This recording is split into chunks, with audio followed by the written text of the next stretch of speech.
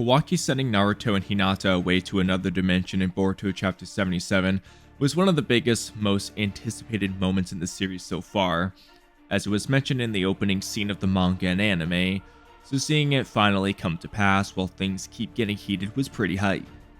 But the question that remains is, where did Kawaki send Naruto and Hinata? Obviously he used the space-time portal to send them to some other dimension, but what dimension exactly did he send them to?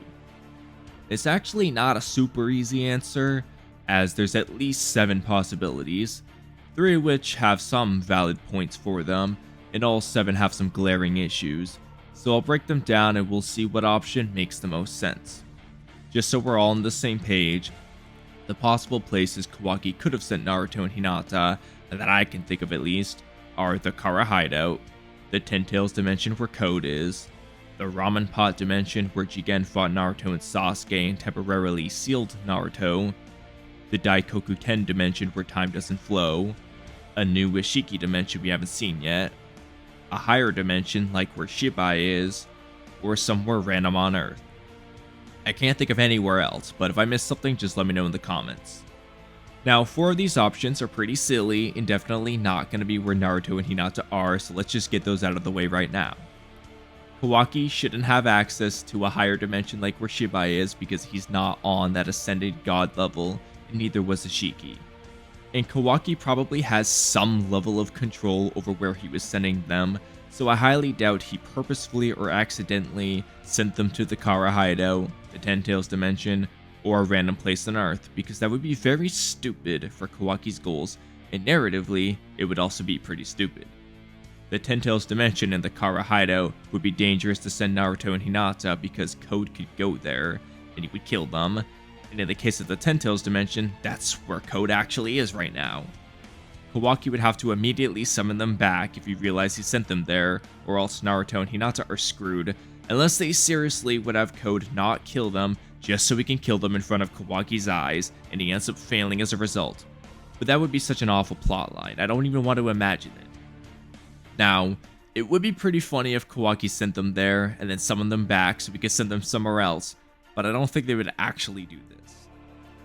Now, Kawaki sending Naruto somewhere random on Earth would also be weird because he says, "Once it's all done, you're welcome to kill me, so you just wait until then, Lord Seventh." The "you just wait until then" part makes it seem like he's saying just wait where you are until I've killed Boruto and all the other Otsutsuki, that'll summon you back and you can kill me. If he just sent Naruto to the Sand Village or Ridaku or something, Naruto could just come back on his own by taking a train ride or by running if need be. It might give Kawaki enough time to kill Boruto hypothetically, but it certainly wouldn't give him enough time to kill all other Otsutsuki too. And Naruto also appears to still be gone in the time skip, in the same place based on Kawaki's words to Boruto, so I really don't think Naruto would take 3 years to get back home if he was still on Earth the whole time. It also wouldn't be much of a threat from Kawaki if he was basically saying, "I'll send you to the Sand Village, Boruto." And on that note, even if Kawaki sent Naruto and Hinata to the Kara Hideout or Ten Tails dimension, and Code found them and decided to hold them hostage so that he could kill them in front of Kawaki, I seriously doubt Code would still be holding them hostage 3 years later, and that Kawaki still doesn't know about it. I honestly didn't need to spend this much time explaining these options, but I'm sure you agree with me that these are probably not places Kawaki sent Naruto and Hinata. So now we get into the meat and potatoes of the video and cover the real options, those being the Ramen Pot, the Daikokuten dimension, or a new Ishiki dimension we haven't seen yet. So starting with the Ramen Pot, since it's the first we saw in the story, this is something Kawaki has seen as he went with Team 7 to rescue Naruto from it after Jigen beat Naruto and Sasuke and sealed Naruto inside the pot. So Kawaki getting the idea from Jigen makes sense, and Jigen explicitly said he was going to seal Naruto and Kurama away by closing the lid on the coffin they were in, which felt similar to Kawaki saying he sent Boruto where he's at the 7th Hokage. So from Kawaki's perspective, sending Naruto and Hinata to this dimension seems somewhat reasonable. However, there are 2 main problems. For one thing, Kawaki's goal is to root out every last Otsutsuki. Kawaki's wording implies that he probably assumes there's more than just Boruto and Momoshiki that he needs to kill. He probably wants to get rid of Ko since he's an Otsutsuki worshipper.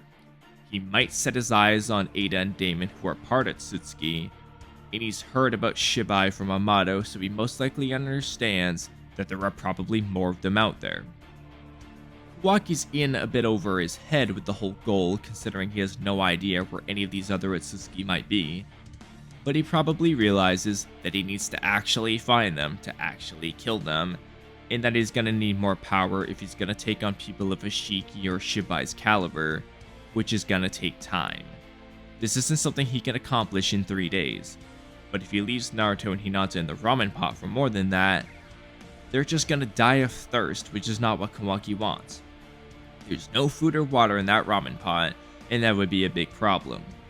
Furthermore, Jigen specifically stated that he would not be sealing Sasuke because he would be able to escape using space-time ninjutsu even though he was stabbed with Jigen's chakra rods. So Jigen was going to kill him right then and there instead, and Kawaki and Boruto used space-time ninjutsu to get to that dimension, free Naruto from the pot, and escape back home. So space-time ninjutsu lets you easily escape that pot. Now Jigen thought Naruto didn't have space-time ninjutsu, but Jigen was wrong. Naruto does have space-time ninjutsu. It's called the summoning jutsu. It's explicitly stated to be space-time ninjutsu in the databook, and I'm pretty sure they say this several times in the manga and anime too. And we've literally seen the summoning jutsu used between dimensions, as Sasuke summoned his hawk in Kaguya's lava dimension, and the Rinnegan users were summoning the Geto statue out of Hagoromo's 6-pass Chibaku Tensei on the moon, and Kashi and Koji used the summoning jutsu and reverse summoned a way to escape Ashiki in the Kara hideout, which looked like it was in one of Ashiki's dimensions in the anime, because it had the same purple sky and rocky terrain as the Ramen Pot dimension and the Tento's dimension. So Naruto could 100% summon a toad and reverse summon to escape back to Earth.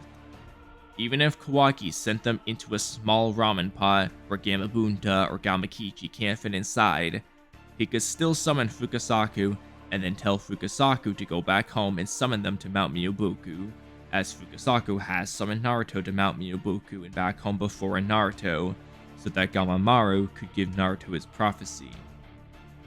Kawaki didn't stab Naruto with chakra rods to impede Naruto's chakra, and even if he did, Sasuke was beaten up bad, expended a lot of chakra, and was stabbed with chakra rods, and he was still able to escape using a more chakra draining space-time ninjutsu than the summoning jutsu is.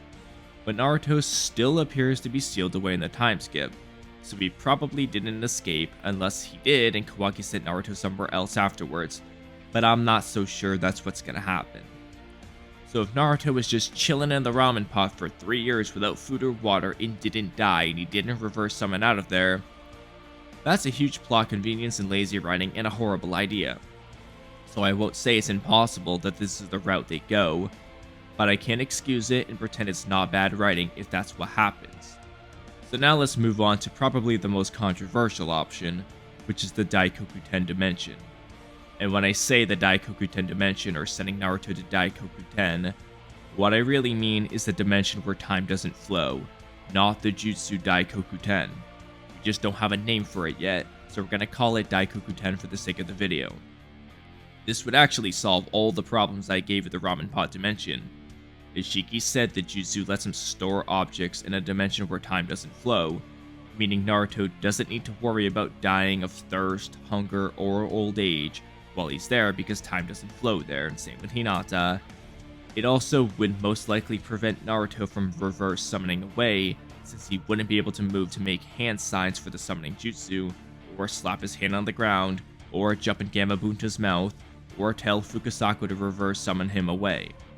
So if Naruto is going to stay away for 3 years, the dimension of the Daikokuten jutsu would make the most sense. In addition, every single time Kawaki has used Daikokuten, Kawaki was shown with 3 or 4 triangles in his eye and a circle in the center of it, whereas when he uses Sukuna Hikona, he only has 1 or 2 triangles and that circle isn't there. And the same goes for Jigen, who always had 1 or 2 triangles, and no circle, and he only ever used Sukuna Hikona.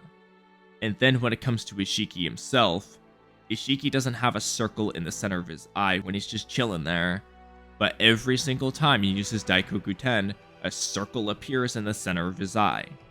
However, when Ishiki used his space-time portal jutsu to go to the Leaf Village, there was no circle in the center of his eye. That circle only appears when Ishiki uses Daikokuten.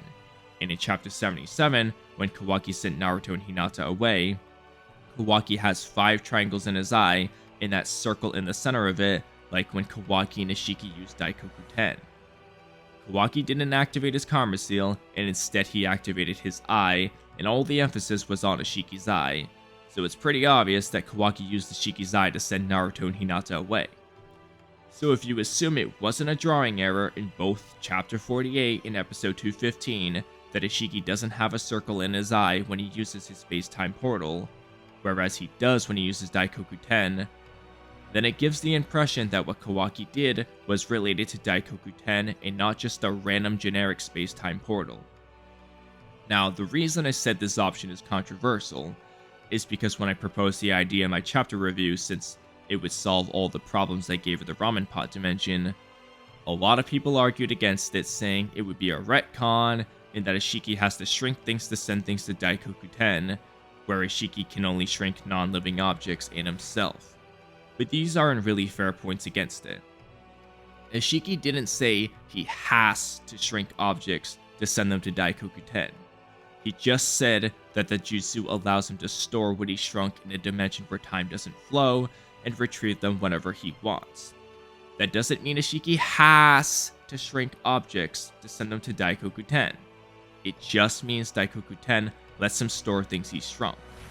So let me give you an analogy to explain this. When you chew your food, you're breaking down your food into smaller pieces so it's easier to swallow without choking, and you're also making it easier for your body to break it down by starting the process for it.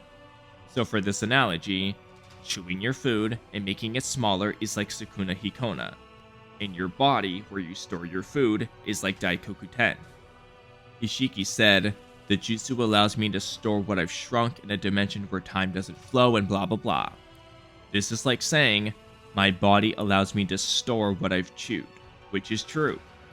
However, that doesn't mean I can't store food in my body that I didn't chew. I can just put something in my mouth and swallow it whole, like a vitamin tablet, or if you ever had a raw oyster, you're supposed to swallow it without chewing. Wasn't the biggest fan though. The point is, chewing food makes it easier to put food in your stomach, but you don't have to chew to do so, and the same could apply to Daikokuten. Ishiki didn't say he has to shrink things to store the objects. He just says Daikokuten lets him store what he shrunk. What Ishiki is saying is that the jutsu Daikokuten allows him to store these objects in a dimension where time doesn't flow and summon them back whenever he wants. It's just a storing and summoning type of jutsu, and shrinking objects seems to be a convenient way of sending them there. And on that note, shrinking objects doesn't even necessarily send things to Daikokuten, as that wouldn't really make much sense anyway. There would probably be another step that comes after shrinking something, which is the sending them to Daikokuten part. So sure, it is possible that Ishiki does have to shrink things to send objects there, but that isn't exactly what he said. And the jutsu are also clearly separate, as Ishiki shrinks and enlarges several things without sending them to Daikokuten, such as when he shrinks himself, he doesn't go to Daikokuten every single time, and when he was inside Jigen's body, he always threw the tiny chakra rods at people and then made them bigger rather than just summoning them with Daikokuten. And he never summoned cubes or pillars either, nor did he ever have more than 2 triangles in his eyes like Kawaki does when he uses Daikokuten, or that little circle thing in the center of his eye. So Jigen probably wasn't able to use Daikokuten, meaning the jutsu don't have to be used in conjunction with each other. Furthermore, like I mentioned earlier, Daikokuten isn't the dimension where time doesn't flow. It's the jutsu that lets him store objects there. That's what Ishiki actually said. I'm sure you're sick of this quote by now, but he said, "The jutsu allows me to store what I've shrunk in a dimension where time doesn't flow and retrieve them whenever I want." So technically speaking, you might be able to go to that dimension where time doesn't flow without using the jutsu Daikokuten, Just as a few examples, Orochimaru and Kabuto would summon snakes to and from Ryuchi Cave all the time with the summoning jutsu. But Orochimaru and Kabuto were also able to find Ryuchi Cave by foot, and Boruto also went there in the anime. Now, of course, Ryuchi Cave isn't a separate dimension, so let me give another example.